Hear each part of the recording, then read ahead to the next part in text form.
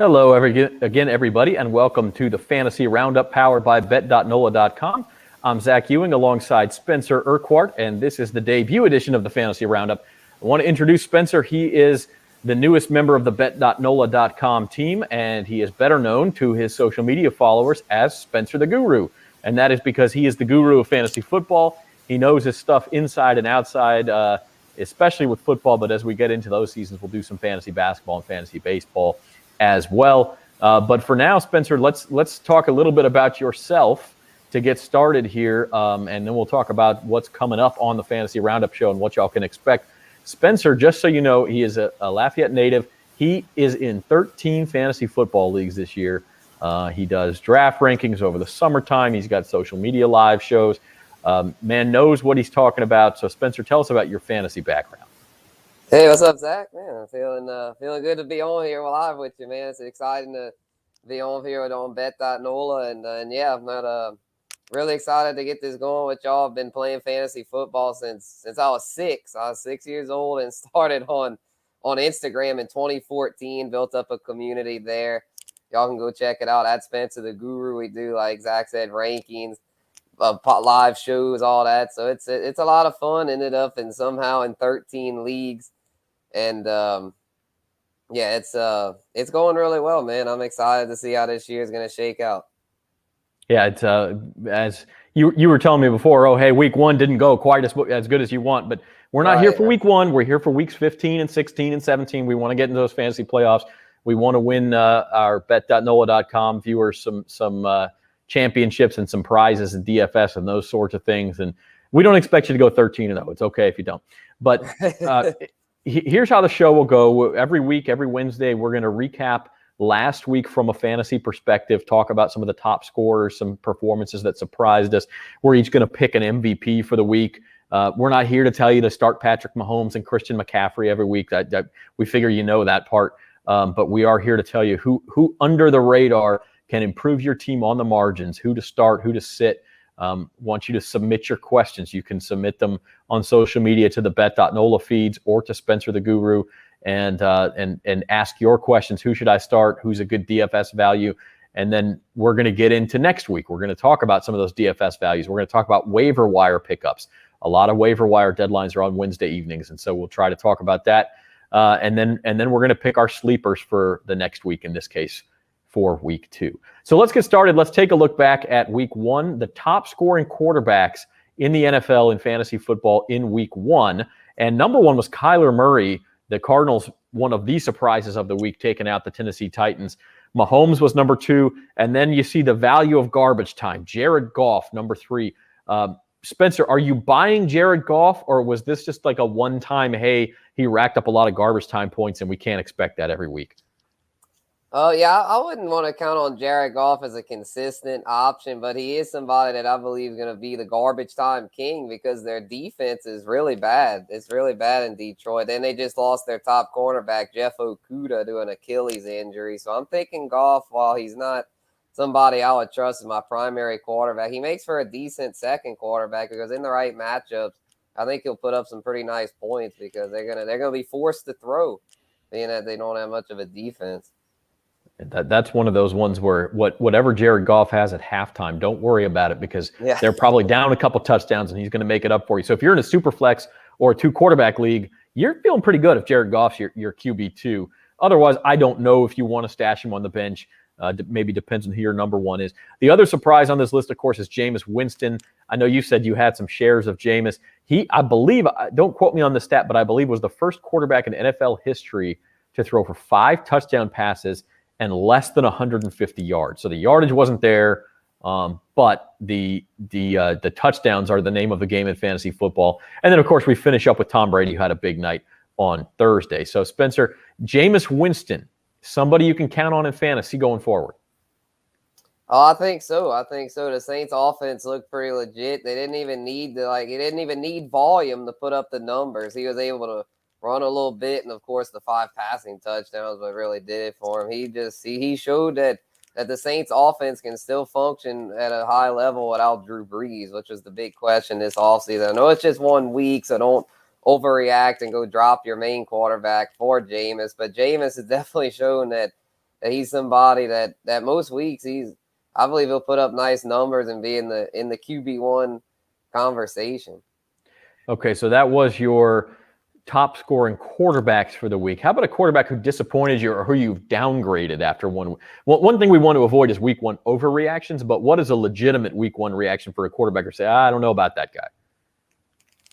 I'd say Matt Ryan. Matt Ryan really disappointed in week one. He was somebody that, he lost Julio Jones this offseason, but a lot of people are still thinking he was solid because Atlanta throws a lot, which I think he'll do obviously better than week one. He did terrible. He was, I think, the lowest much worse QB outside of Aaron Rodgers. I wouldn't overreact to Aaron Rodgers. I know the Saints defense looks really scary, so I think I'd give the Saints defense more credit than I would as far as Aaron Rodgers just being washed up. But Matt Ryan, though, he lost his top weapon in Julio Jones and he looked clueless there against an Eagles defense that wasn't even that good. Projection wise wasn't supposed to be that good. So we'll see how it goes. I wouldn't completely write Ryan off, but definitely giving him a stock down and not trusting him in my starting lineups until he shows me up better. And I'm a guy who thought Matt Ryan, not that he's the best quarterback in the NFL, but I actually had a futures bet on him to have the most passing yards in the NFL simply because I thought they'd be playing catch up the entire game, the entire season. And they were playing catch up against the Eagles. The problem is he didn't get those garbage time yards. He didn't get the catch up. So to me, I'm right there with you. That's a big concern. Let's move on to running backs in the top scorers. Hey, listen, the top running back was Christian McCaffrey. Okay, if you had the number one pick and you took McCaffrey, I guess you can pat yourself on the back, but it would have been a little ridiculous to do anything else, I think. Jamal Williams is number two, along with Joe Mixon. Now, these are PPR rankings. I believe if you take out the PPR and just do standard scoring, Joe Mixon was the number one scoring running back in fantasy football week one. DeAndre Swift, again, we see Jamal Williams, DeAndre Swift in the PPR because the Lions were playing catch-up. A lot of reception points there. And then Nick Chubb of Cleveland, he really ran roughshod over the Chiefs for 3 quarters there. So that's our running backs list. What sticks out to you here, Spencer? The fact that 2 Detroit Lions are in the top 5, that's pretty incredible because the 49ers normally a really good run defense. I'm surprised that both Swift and Williams were able to go off like that. I know a lot of it was in garbage time, but still, that's really impressive. That tells me that Dan Campbell, former Saints assistant coach, now the head coach in Detroit, they're getting that 2-back tandem running back deal going, and I think those guys they're solid fantasy options the rest of the way. I don't think that because the 49ers are a legitimate team, so I don't think Detroit's just a complete fraud. I think they're actually a team that you're gonna have to keep an eye on them from a fantasy perspective, especially Swift. I mean, because he was coming off injury and showed no ill effects from that. He looks like he's in for a big season. Yeah, that's it is surprising to see 2 with the same team in that top 5. And so that's your running backs list. I think, we talk about garbage time, and garbage time is important in fantasy football, but you got to take advantage of it, right? In that game, we talked about this on our Odds and Ends, Jim Derry and I on Monday, our weekend recap show. The Lions actually ended up covering the closing spread in that game. It started at 49ers minus 7.5. It moved up to 9. That got too close for comfort. That wasn't garbage time anymore at the end. I mean, they did recover a couple of onside kicks and that sort of thing, which isn't going to happen every week. But they had the ball across midfield with a chance to tie the game with another touchdown and 2-point conversion at the end. So there's something there in Detroit that maybe we didn't see before. Let's move on to wide receivers. Your top scoring wide receiver for the week happened on Thursday night. It was Amari Cooper of the Dallas Cowboys. Tyreek Hill hit a long touchdown pass. Deebo Samuel had a couple of long gains, including a long touchdown. And then Adam Thielen of the Vikings, Corey Davis of the Jets. I know you were big on Deebo, Spencer. What else sticks out to you about our wide receiver top scorers?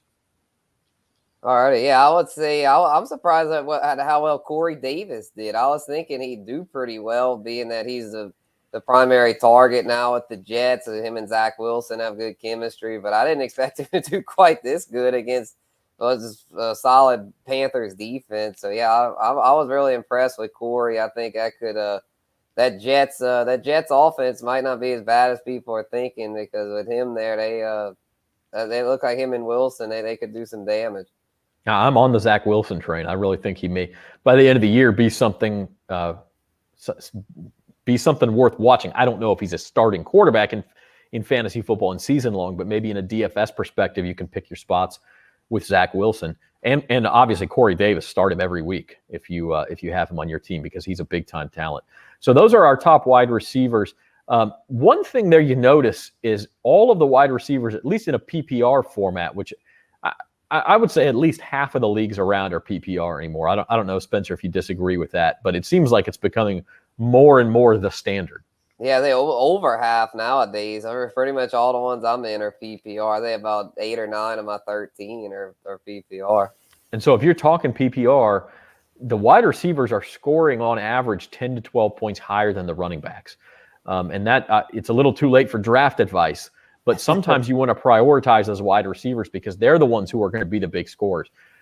Who's a running back or a receiver who disappointed you and you have already downgraded in your mind for the rest of the year? Not talking about injuries, but just because of their performance or their usage.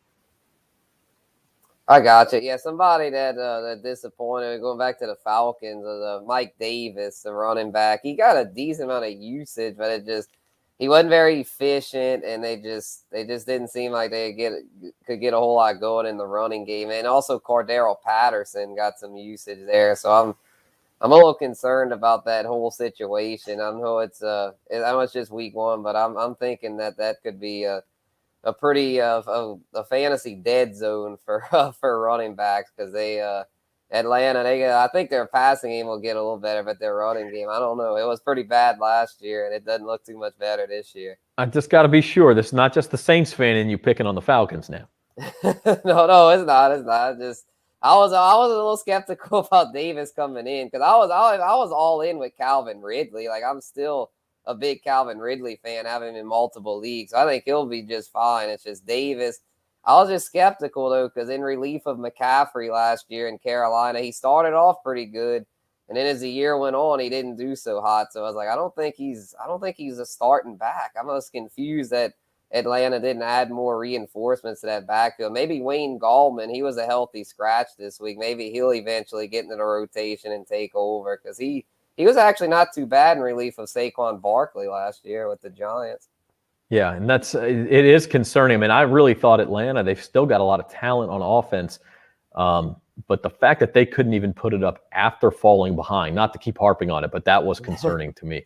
Let's take a look at the high-scoring tight ends quickly here, and we'll get done with week 1 and move on to week 2. Rob Gronkowski was the top-scoring tight end by 2.5 points. Darren Waller, big-time usage. I think he had 20 targets on Monday night for the Raiders.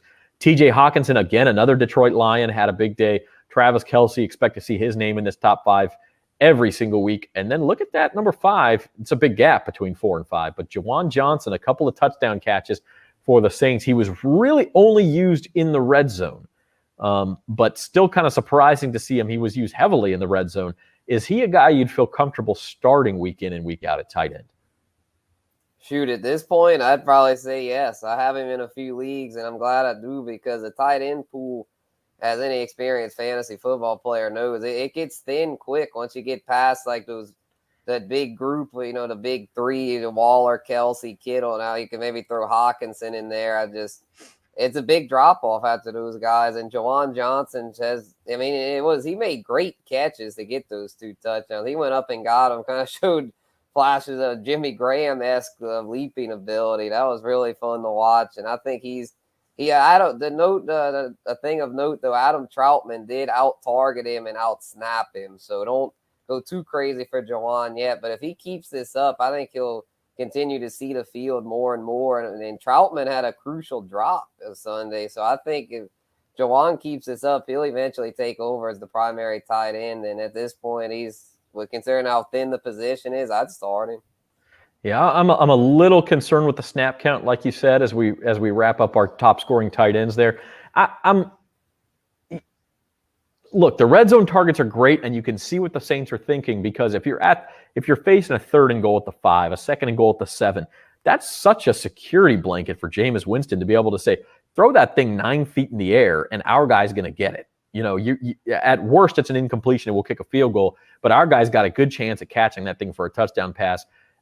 Maybe the defense is keying on a dump off to Alvin Kamara or a screen pass or something. But without Michael Thomas in there, Jawan Johnson's a great answer in the red zone. Having said that, I think Troutman's probably ahead of him run blocking and all those sorts of things. So between the 20s, maybe you're going to get a lot of Troutman. And Jawan Johnson's going to need the touchdowns to produce for you.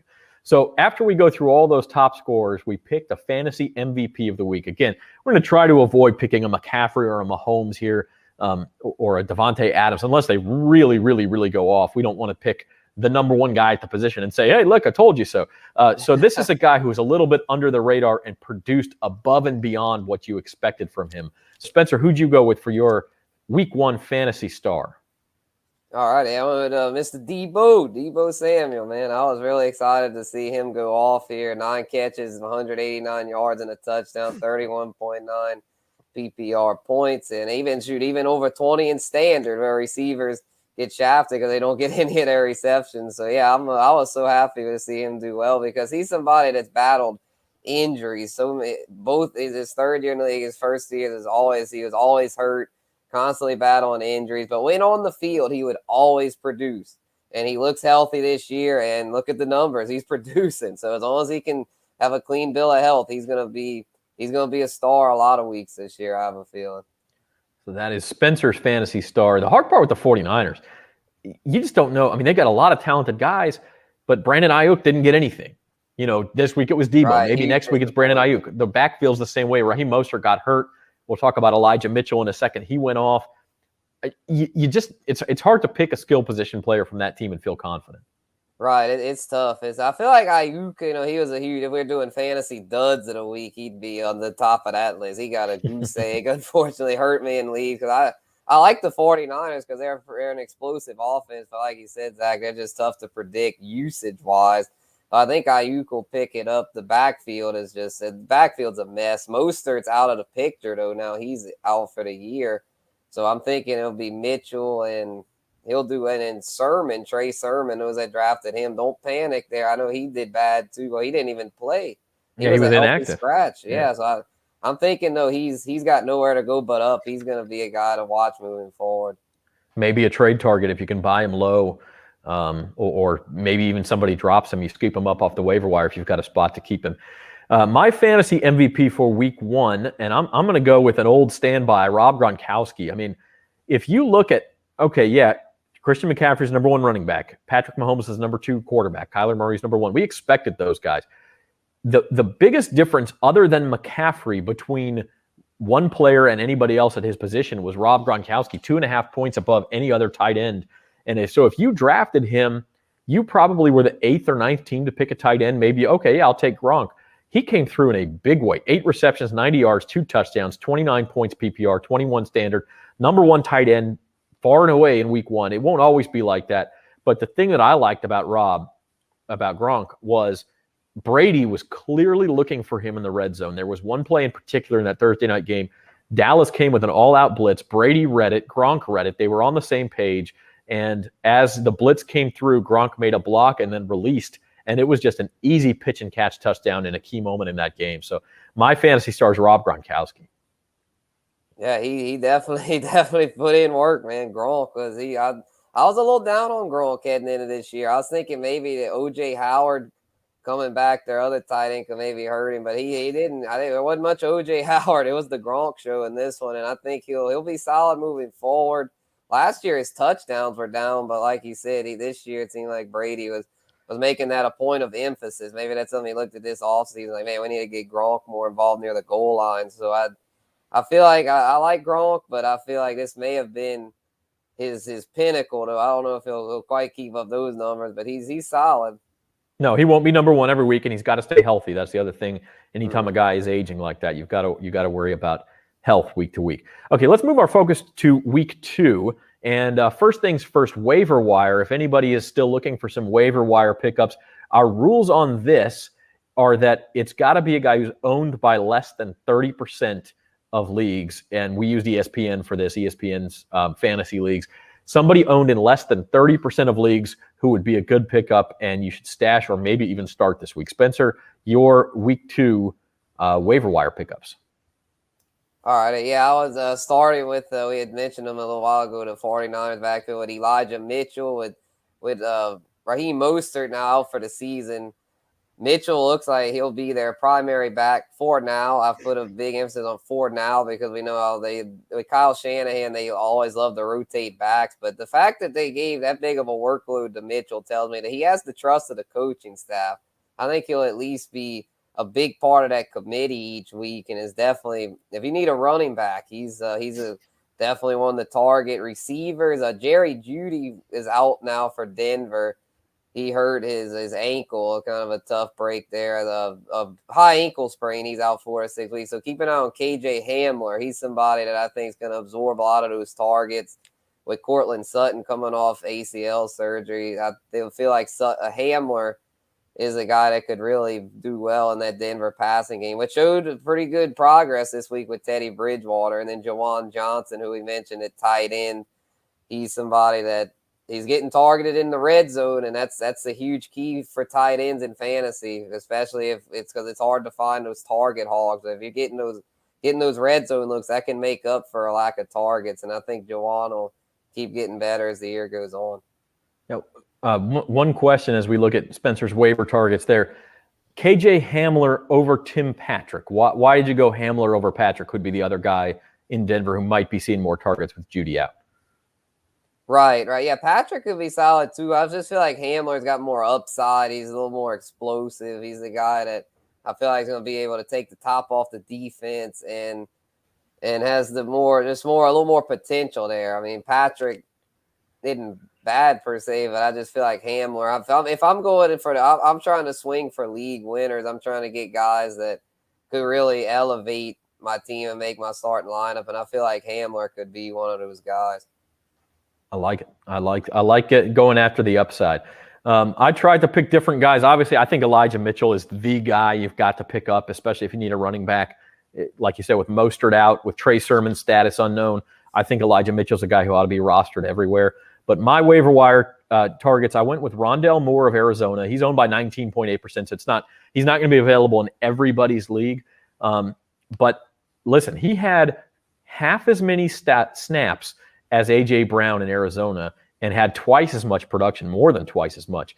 Had, I believe it was 49 yards on 4 catches. They're really high on him. He's big play potential. I think he's a guy where if you're looking to upgrade at receiver, go for him. I mentioned Patrick. You said Hamler maybe a little bit more upside. I think Patrick's floor might be a little bit higher. He's going to see some targets. And then my third one is Larry Rountree, the third in the Chargers running back room. Austin Eckler is a little banged up. He still had a decent day. He got into the end zone, so he was fine, and he's obviously the guy to own. But Justin Jackson was thought to be his backup in LA to start the year, but it was Rountree who was getting the number 2 running back snaps, and he looked pretty good, popped off a couple of 10-plus yard runs. And so especially if you're an Eckler owner and you have that extra roster spot, I like Larry Rountree as a handcuff there. Right. Yeah, I actually have Rountree as an Eckler handcuff in one of my money leagues, so I was happy to see him get a lot of usage there as a primary backup. And yeah, he's somebody that if you have Eckler, go get, because Eckler came in this week battling a hamstring injury. So I would say definitely go get Rountree if you're an Eckler owner. And then Rondale Moore, I really like Rondale Moore because I think he's going to see more and more looks as the year goes on. Christian Kirk did well, but so far in his career, Christian Kirk's been pretty inconsistent. So I'm thinking Rondale Moore has the upside to really get into a big role there and what's looking like it's going to be a very fantasy-friendly Cardinals offense. Yeah, so those are my top waiver wire targets. And Eckler was hurt last year. I mean, I really think if you're an Eckler owner, Rountree's a guy you want to try to find a spot for on your bench. Just in case Eckler misses some time, Larry Rountree, shout out to Mizzou, is the rookie to own there. Okay, let's move on to a DFS look at week 2 now. Because daily fantasies obviously exploded over the last few years. When sports betting becomes legal from a mobile perspective in Louisiana, which we expect to happen hopefully early next month, early October, you'll also get the chance to play daily fantasy sports. Some of these contests have $1 million prizes, multi-million-dollar pools to win. And so it can be very important. And the way it works, if you don't know, is every player is assigned a value. And we're using DraftKings values this week. Caesars also has a game that they partner with Super Draft. And instead of values there, you get a multiplier. So the top guys, you're just going to get however many points they get. Then as you go down, you're going to get 1.4 or 1.5 times the number of points they get. And so you can kind of, if you can find those sleepers, those guys people aren't on, and use the multiplier, or in DraftKings, not spend as much of your budget on one of the lower guys, that's where you get your advantage. And so what we did this week is we looked at DraftKings player pool and their money targets and said, okay, who's somebody besides the top guys that you can save some money so that you can go get the top guys at other positions? Spencer, who'd you come up with for your DFS values for week 2? All right, yeah, I was looking and I noticed they had a couple matchups there. They have only have 2 guys from 2 teams, and I feel like that we'll start with the Bengals. Joe Burrow. I feel like Joe Burrow is a really good value this week at 5,800. Being that they're playing the Bears, who got really exposed last week on Sunday Night Football. The Rams are just throwing all over them, and I feel like the Bears have serious secondary issues, and Burrow had a nice week 1, threw some touchdowns against Minnesota, hooked up with Jamar Chase on a 50-yard bomb, and Chase is a really good value too. I was seeing guys that I wouldn't even want in my lineup that were more expensive than them, and I was like, well, man, this is a chance to cash in on the Bengals offense, and they've got a good matchup to top it off. I feel like maybe they're thinking the Bears defense will bounce back, but after watching them play against the Rams, I think they've got some serious issues there. So I'd go ahead and do the Burrow Chase stack if you can. And then the Broncos, I feel like, are going to do really well this week facing the Jags defense that looked like an absolute train wreck in week 1. They couldn't even slow down the Texans, who most people pegged to be the worst offense in the league. Javonte Williams, I feel like, could do really well this week. He didn't get the big numbers in week 1 Melvin Gordon did, but as a result, Melvin Gordon was priced a lot higher. Javonte Williams was slotted really far down there at 4,400. He's somebody, if he could blow up, you could go and pair like him and like a McCaffrey or Chubb together, and I feel like that could be a winning lineup potentially. And then at tight end, Noah Fant. The tight ends are, a lot of times kind of a dart throw position, but if you're not looking to spend big on like Kelsey or Hawkins and one of those guys, Fant is a really good value and gets, a great matchup against Jacksonville, who the Texans tight end Pharaoh Brown, I believe, he had a nice week. He was a relative unknown coming into this year, and Fant's a proven commodity. He had a nice week 1, and I think he'll carry that over with a strong week 2. I love it. A couple of stacks there. And by the way, I let Spencer go ahead and pick first. I didn't want to pick any of the same. Jamar Chase at $5,000 is an absolute steal. I don't know where they got that number from. I mean, he should be at least anything under about 6,000 is a value in DFS. He should be at least 6,000. I don't know where they got that from, given that Burrow obviously knows him from their LSU days. He went to him last week against Minnesota. They're playing a Chicago defense that doesn't look like they can stop the pass. I mean, what are we doing here? $5,000. Go. Now, the only thing you got to worry about is that everybody is going to take Jamar Chase, and so it's hard to differentiate your point total at that point if everybody's buying him at 5,000. But that just seems way too low. So here are my DFS value picks for week 2. Again, I tried to pick different ones than Spencer. I went with Matt Ryan. I'm going to go back to that one more time, Spencer. I hear what you're saying about, hey, he doesn't look right. But my thought is they're going to fall behind Tampa Bay and have to throw a whole bunch more. And the one spot where that Buccaneers team is weak, the one spot is their secondary. And he's going to want to get Kyle Pitts more involved than he did. He's going to want to get Calvin Ridley more involved than he did. And they're going to be behind, and so they're going to have to throw the ball. And I think Matt Ryan can rack up a lot of those garbage time yards. So for 5,600, I'm on board there. I went with Chris Carson. The Titans, I don't think, can stop anybody. And if Seattle gets out to a lead, they're going to pound the rock. We know Pete Carroll likes to run the ball. So I'm going with Chris Carson for 6,100. Cooper Kupp of the Rams, again, feels way undervalued. I like Jamar Chase as my number 1 receiver value of the week, but Cooper Kupp had a huge day last week, and I think could keep it going for the Rams this week. And obviously he and Matt Stafford have hit it off right off the bat. And then if you're looking for an extreme value at tight end, if you spent too much money elsewhere, how about Jared Cook? Not a real high ceiling guy, but a high floor. I feel like, old friend of the Saints, now playing with the Chargers. He had, I want to say, 6 catches last week for about 50 yards. And he's going to be good for that most weeks, I feel like, for the Chargers. And for 3,900, sign me up and let me save me some money to spend elsewhere. Right. Yeah, I was pretty impressed with Cook. He just seems like he'll be a steady Eddie type producer all year. Cooper Kupp, though, man, he was incredible in week 1. I was so happy to see Matthew Stafford there out of Detroit and doing big things with the LA Rams. And Kupp looks like might be his number 1 target. A lot of people were saying Robert Woods, which I think Woods is solid too. But him and Kupp seem to have a great connection. And so, yeah, I like a lot of these. Yeah, I like Carson. The only one, Matt Ryan, I feel like might be in for another rough one, but there's always a garbage time potential, like he says. So I think all these guys could pop. Yeah, with that pick, I'm looking for what Jared Goff did this week in Detroit. I'm hoping that can be Matt Ryan next week. They fall behind Tampa Bay. They start to throw. Tampa Bay's secondary is a little bit banged up. We saw that. Dallas was able to throw the ball for over 400 yards last week. So maybe Matt Ryan will be a value. So those are my value plays. And then we're going to wrap things up with a sleeper pick. This is a guy maybe you want to use in DFS. Maybe if you have him on your bench, you throw him in the starting lineup. Maybe you go pick him up. I mean, he can kind of fit in any of these categories we're talking about.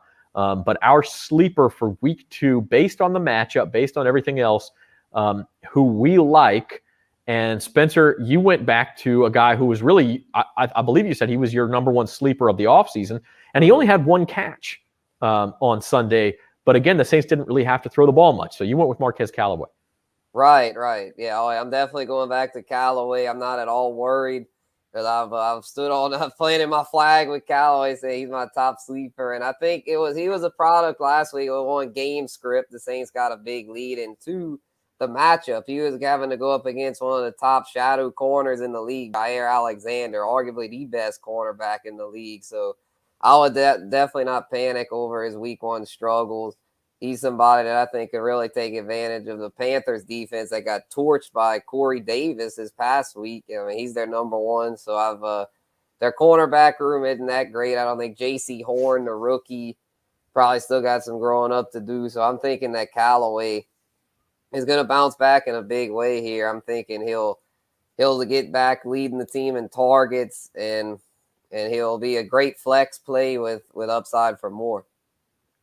All right. My sleeper, I mentioned this at the top. I'm not real happy with this pick. Simply, I like Elijah Moore. He had a big preseason. I think he's going to be in store for big things with the Jets. But I picked it yesterday, and the news came out today. Jamison Crowder and Keelan Cole are both supposed to be back for the Jets. And Elijah Moore's a lot like Marquez Callaway. Only caught 1 pass last week and had a little bit of a case of the drops. I think there might have been some nerves his first career game. This is more of a season-long sleeper. I think he's a guy you could go pick up off the waiver if you have somebody to stash. I don't know about this week because Crowder and Cole are back and Moore may have to wait for his opportunity. But he is certainly a guy to keep an eye on. So let's wrap it up, Spencer. You got a couple of questions on Instagram, and want to give you an opportunity to read those questions and your quick answer, if you would. Okay, yeah, so we'll pull up my DM box here on at Spencer the Guru on Instagram. Got a question, a trade question about should they trade Tyson Williams for Mike Evans? And I was told him, heck yes, go ahead and take that, man. Mike Evans, a buy low candidate, being that he didn't do well week 1, but everyone else did. And I think Brady it was just one of those weeks to where Evans got the shadow coverage and didn't get the looks, where I think in the future, though, when teams shift more their focus to AB, Godwin, and Gronk, that'll allow Evans to really take off. And Tyson Williams' usage was concerning to me because in the second half, the Ravens leaned a lot more on Latavius Murray, the more experienced running back there. So I feel like that was a no-brainer. That's a classic sell low, buy low, sell high. Yeah. Exactly what you want to do at this point in the season. It's hard to let the guys go who had a big game in week 1. Buy low, sell high. Buy low, sell high, and that's a classic example there. Yes, sir. Yep. And this one was tough. This is a tough one I got here about a tight end trade question. He said, should I trade Goddard for Higbee?